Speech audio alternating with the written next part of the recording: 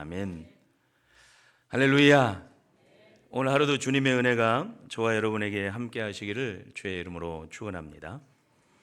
여러분, 오늘은 사순절 고난 시리즈 5번째 설교로 누가복음 9장 말씀을 통해서 나의 사랑하는 십자가라고 하는 제목으로 말씀을 나누겠습니다.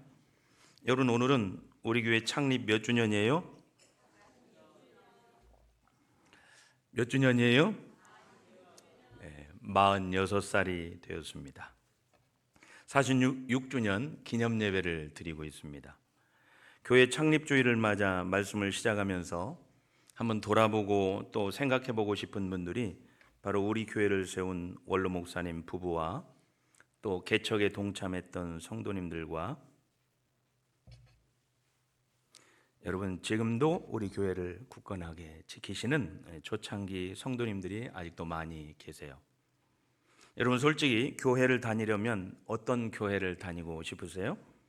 모든 게 다 갖춰진 그런 교회, 시설도 좋고 사귈 사람도 많이 있고 또 프로그램도 굉장히 풍성하고 경제적으로 부담도 안 되는 그런 교회를 다니고 싶은 마음이 있습니다. 여러분, 그게 솔직한 우리 인간의 마음이죠. 근데 우리 교회를 처음 세우신 분들은 어때요? 그분들은 아무것도 없는 곳에서 시작했습니다. 반듯한 건물도 없었고 사람도 없었고 돈도 없는 제대로 된 시스템이 없었죠. 모든 게 절대 부족한 이곳에 마치 여러분 맨 땅에 헤딩하는 심정으로 아무것도 없는 개척의 현장에 오직 주님만 바라보고 뛰어든 그런 성도님들과 목사님이시죠. 그분들 역시 편한 교회를 얼마든지 선택할 수 있었을 거예요. 근데 여러분, 편한 길 대신에 십자가의 길, 십자가를 지는 길을 선택했습니다. 여기서 하나님의 일을 하겠습니다. 여기서 복음의 터를 만들겠습니다. 여러분, 그 마음 하나로 뛰어든 신앙의 용사들이었습니다. 여러분, 우리가 한 사람 한 사람 이름을 호명하진 않더라도 모두가 초창기 어려웠던 교회에서 성전을 몇 차례 세우셨고 신앙생활을 함께하고 지금까지도 교회를 위해서 십자가를 지는 초창기 성도님들을 위해서 여러분, 이 시간 큰 격려의 박수를 한번 하시겠습니다.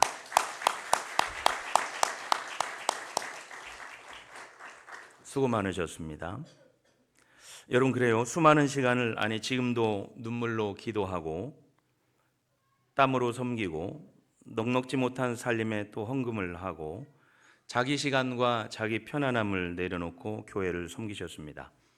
그분들이 진 십자가, 그분들이 흘린 눈물, 그분들이 드린 헌신, 그 열매가 바로 오늘 우리가 예배하고 있는 이 현장, 이 자리인 거예요.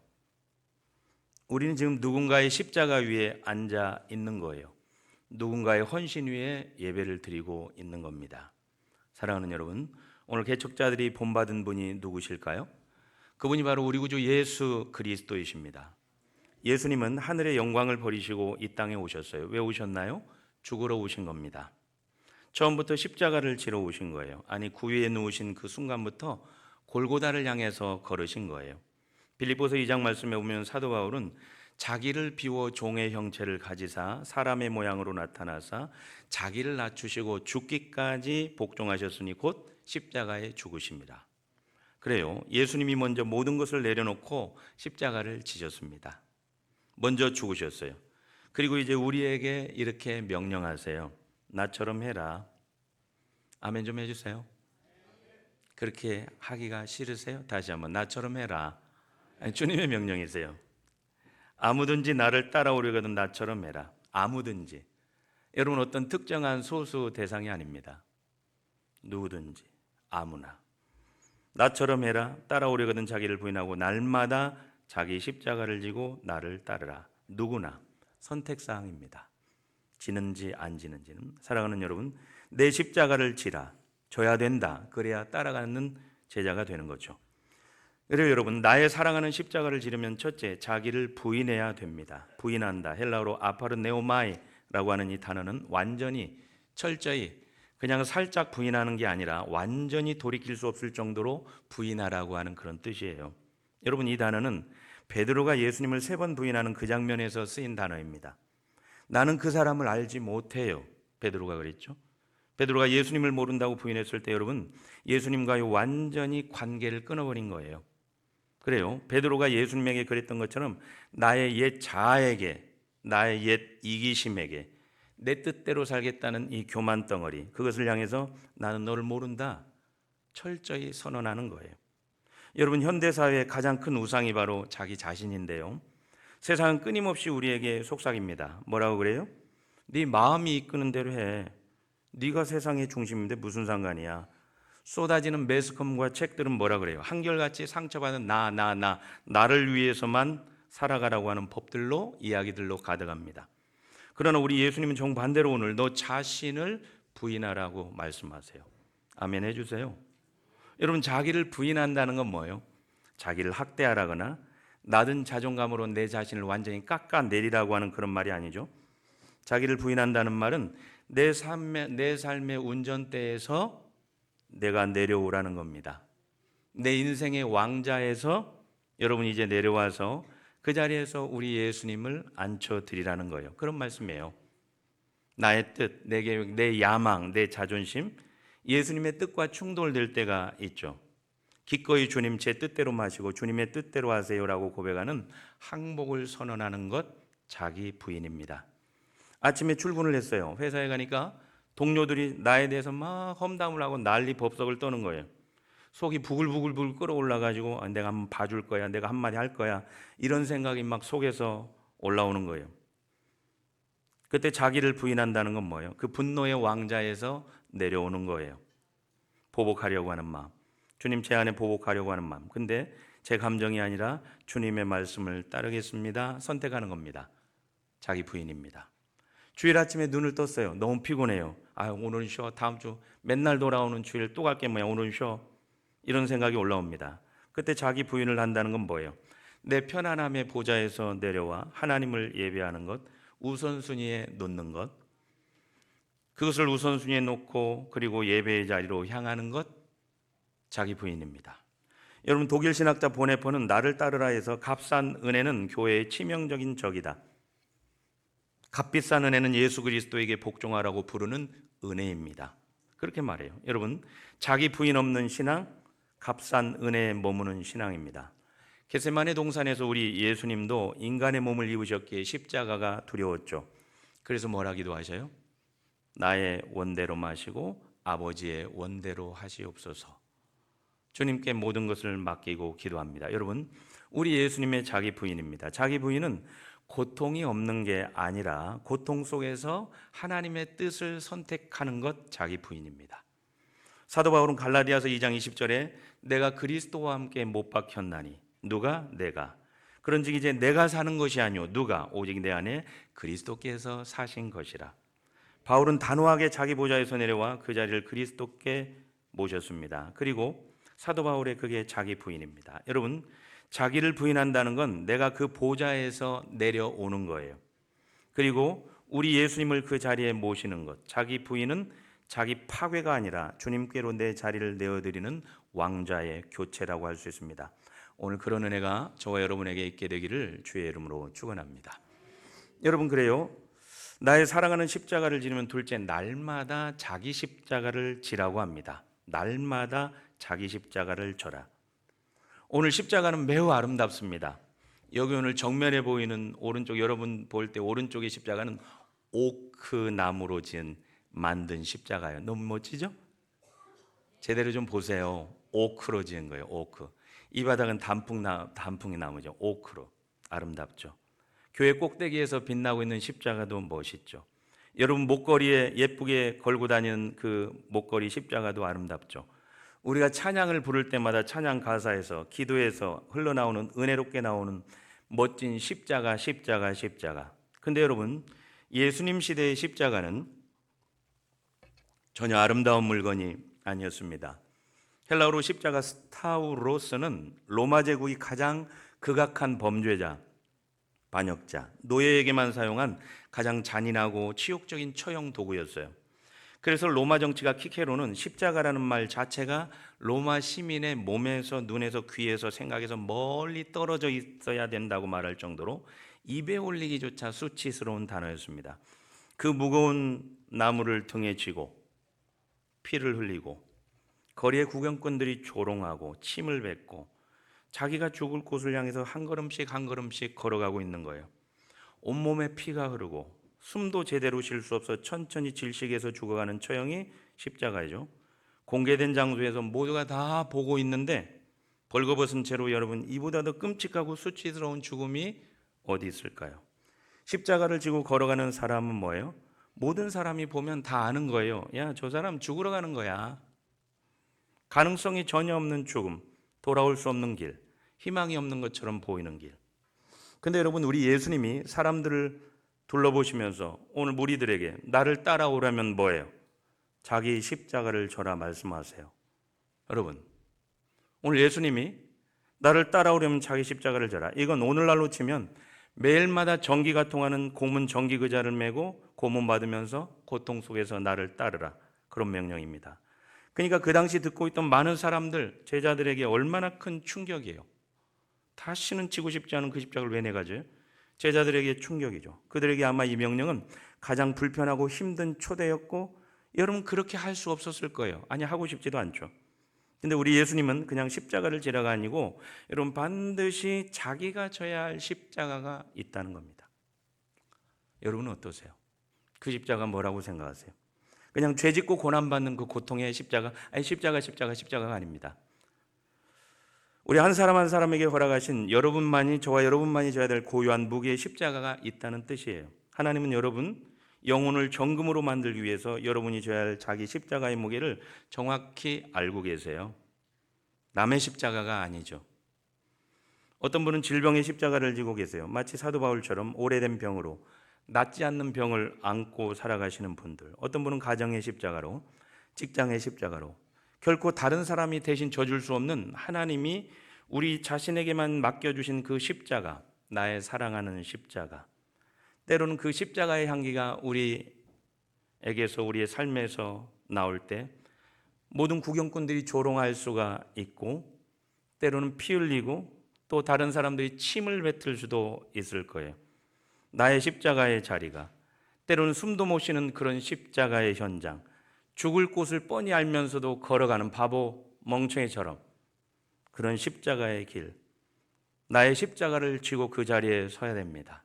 우리 옆에 있는 분에게 그렇게 얘기했습니다. 저는 제 십자가를 지고 서겠습니다. 시작. 이제 다 녹음되어 있으니까 알아서 하세요. 십자가를 져야 됩니다. 자기 십자가 있다는 겁니다. 히브리서 12장 6절에 주께서 그 사랑하시는 자를 징계하시고 그가 받아들이시는 아들마다 채찍질하심이라. 여러분, 좋으신 우리 하나님이 십자가를 허락하시는 것은 벌이 아닙니다. 연단입니다. 금을 정금으로 만들려면 반드시 불을 통과해야만 하듯이 우리를 가장 아름다운 모습으로 빚어가시는 그 사랑의 십자가, 여러분 십자가는 우리를 파괴하려는 것이 아니라 우리를 온전케 하려는 주님의 십자가, 그거예요. 우리가 통과해야 될 십자가의 불, 그 불을 통과해야 우리는 하나님의 은혜를 담을 수 있는 그릇이 그때 만들어지는 거예요. 우리 주님은 오늘 남의 십자가가 아니라 자기 십자가를 지라고 하세요. 그러니까 여러분 비교할 필요가 없죠. 목사인 제게 주어진 십자가가 있고 장로님에게, 권사님에게, 안수 집사님에게, 성도님에게, 직장인으로, 부모로, 학생으로 각자에게 우리에게 맡기신 고유한 사명의 십자가가 있습니다. 져야 됩니다.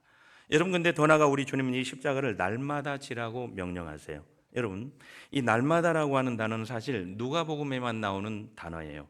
다른 병행본문 마태, 마가복음에 나오지 않아요. 날마다가 없어요. 누가만 이 단어를 사용하는데 왜 그래요? 누가가 의사였죠? 약은 한 번 먹고 끝나는 게 아니잖아요. 계속해서 처방대로 복용해야 치유가 일어나듯 아마 영혼의 치유도 날마다 지는 십자가를 통해서 이루어진다는 것을 누가가 아마 알고 있었던 것 같아요. 그래서 여러분, 십자가는 일회성 이벤트가 아니라 날마다의 처방전입니다. 오늘 예배의 현장에서만 지는 십자가가 아니고 찬양 부를 때만 지는 십자가, 어느 수련회 참석해서 은혜 받고 나서 지는 그때만의 십자가가 아닌 거예요. 날마다의 십자가입니다. 넘어질 수 있습니다. 다시 아플 수 있습니다. 그러니까 날마다가 그래서 은혜가 되는 거예요. 십자가는 여러분 찬양 시간에, 기도 시간에 감동하고 지는 그런 십자가만이 아닙니다. 평범하고 일상적인 월요일 아침 출근길에서, 피곤한 퇴근길 10,000원으로 가득 찬 지하철 안에서, 우리 가정과 교회에서, 일상에서 매일 날마다 계속해서 지는 십자가를 말하고 있는 거예요. 직장에서 부당한 대우를 받을 때, 가족 간에, 친구 간에, 성도 간에 여러분 이해가 안 되는 갈등이 일어날 때, 그 평범한 순간순간들의 날마다 매일같이 지는 십자가를 말하고 있는 거예요. 여러분, C.S. 루이스는 매일 아침 일어나는 것이 전쟁이다. 왜냐하면 전날 밤에 항복했던 내 자아가 아침이면 다시 살아서 일어나기 때문이라고 말하면서 날마다 십자가를 지는 이유를 언급하고 있는 거예요. 맞는 말이죠. 어젯밤에 주님 모든 것을 다 내려놓겠습니다. 눈물로 그렇게 기도했는데 뭐예요? 아침에 일어나면 또 내 뜻대로 살고 싶고 내 마음대로 살고 싶다는 마음이 벌써 고개를 들고 일어나는 거예요. 그래서 나는 오늘 또 날마다 십자가를 지는 겁니다. 고린도전서 15장 31절에 사도 바울은 그래서 나는 날마다 죽노라라고 말해요. 날마다 죽노라. 사도 바울 한 번 죽고 끝난 게 아니에요. 매일같이 새롭게 날마다 십자가를 지는 겁니다. 그런 은혜가 있게 되기를 주의 이름으로 축원합니다. 여러분, 그래요. 나의 사랑하는 십자가를 지르면 셋째, 예수님만 따라갑니다. 따라간다. 아콜루데오라고 하는 이 말은 단순히 뒤를 따라간다는 뜻이 아니라 함께 길을 간다는 뜻이에요. 중요한 건 이 동사가 현재 명령이라는 것입니다. 나를 따르라는 계속해서 멈추지 않고 끝까지 따라가라는 뜻이에요. 넘어져도 실패해도 다시 일어나서 따라가라. 나를 따라가라는 것은 세상 가치관, 내 욕심을 따라가라, 다른 사람들의 기대를 따라가라, 그런 얘기 아니죠. 오직 예수 그리스도만을 따라가라는 말씀입니다. 여러분, 세상은 끊임없이 말해요. 뭐라고 얘기해요? 네 꿈을 따라가. 성공해. 무조건 짓밟고 나서 올라가는 게 좋아. 근데 우리 예수님 정반대죠. 자기를 부인해라.